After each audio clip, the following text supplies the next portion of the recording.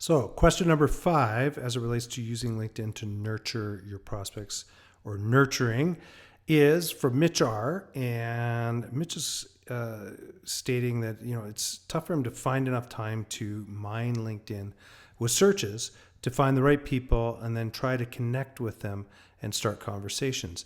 He says there's not enough automation. Now, I agree with him. There is not enough automation in LinkedIn. It'd be nicer to have it as a fully automated system. That said, though, I think, with them being recently bought by Microsoft, I'm hoping that they're going to put a little bit more functionality into it and have that stuff. But to be seen, we'll see where it goes from there. So anyways, back to Mitch's question, though, is one of the things that works very well is save searches. And this will help you kind of automate some of that process for you as well. So I'll get to that in a couple of seconds here. One of the other things you can do is you can hire an assistant to do this for you. So, I talked about it before. There's a Upwork.com. You can have someone go through and manage this process for you on a kind of a weekly or monthly basis. I would recommend doing it weekly if you do.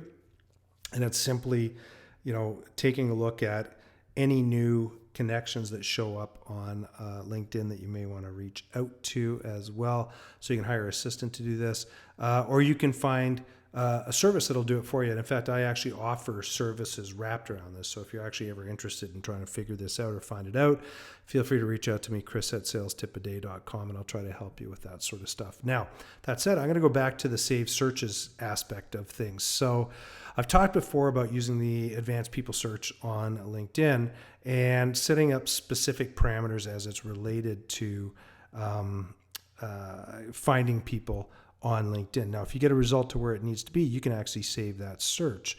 So how you do that is once you're in here, you get this to a point where it is and it shows up, you can save that search. Now, here's the scoop. If you have a free account, you can save only 3 saved searches. If you have a paid account, depending on the level of paid account you have, you can save 7 or 10 saved searches. Now, the other thing too is with a saved search is that when someone new comes on to or fits those parameters of the saved search that you have, LinkedIn will send you an email saying, hey, here's a new person that falls within this parameter of the advanced, of the search that you had. So that's a way that you can somewhat automate this process on LinkedIn.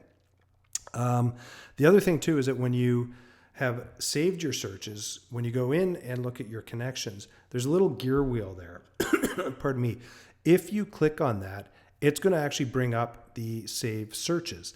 And what you can do, there's a couple of things here. So you see the type, you see it's people or jobs.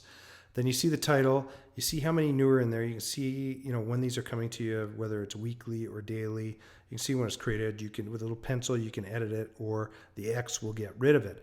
A couple of things that you can do with these save searches is if you click on the title, it'll just run that save search again and bring back all the results for you.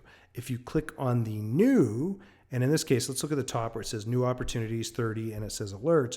When I click on the 30, it's going to bring back any of the people that are within that 30 that showed up in the last week that I can be going after. Now, in this case, let's also take a look at the vice presidents of Western Canada. So there was 22 new people that showed up. And let's say I sell specifically into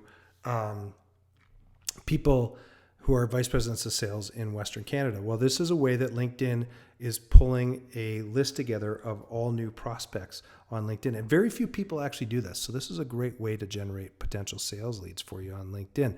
Why is it important? I'm also going to explain to you is that in this list, when people show up and they're brand new in their positions, people that are new in their positions are 10 times more likely to make a product change or a service change within the first 3 months that they're at that position than at pretty much any other time that they're in that position. And what they're trying to do is make their mark on that company. So here is just a recommendation for you if you're trying to leverage this sort of stuff is when LinkedIn sends you new results, click through and see if that person's new in that position, and that's a way you can reach out to them as well. So that's a way of semi-automating it and doing this sort of stuff.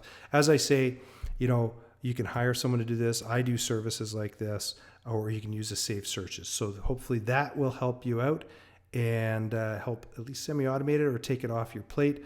One of the things I am going to talk to very quickly here is that, if you're making a significant amount of money, I make $250 an hour, $350 an hour and above, depending on kind of what I'm working on at any given time. If I can get someone to do this for me for less than that amount, then I'm typically ahead, because that's the time I don't have to spend to do this. And I can spend more time with valuable tasks that will actually put money on my plate. But the fact is, if you hire an assistant, you can hire an assistant locally for, let's say, $15 an hour in Canada here, to just do this for me for a couple hours a week. And it costs me $30 to get something like that done. Why wouldn't you do something like that? So hopefully that makes sense. And look forward to talking to you in the next question here.